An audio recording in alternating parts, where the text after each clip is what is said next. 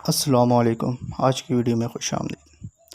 आज की video airport security force की जॉब अपडेट के बारे में।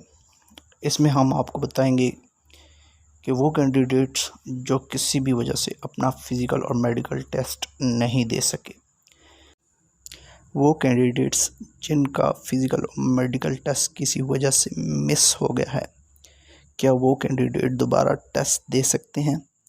वो अपना फ़िज़िकल और मेडिकल टेस्ट किस तारीख को दे सकते हैं?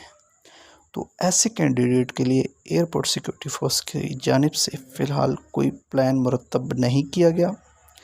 ऐसे तमाम कैंडिडेट्स को बताता चलूँ कि वो भर्ती सेंटर पर जाकर अपना टाइम वेस्ट ना करें और एएसएफ की नेक्स्ट भर्ती का इंतज़ार करें।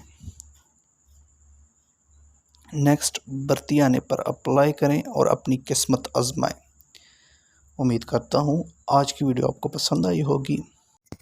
वीडियो को लाइक कीजिए और हमारे चैनल को सब्सक्राइब कर लीजिए ताकि आपको मज़ीद अच्छी वीडियो सबसे पहले मिले। शुक्रिया।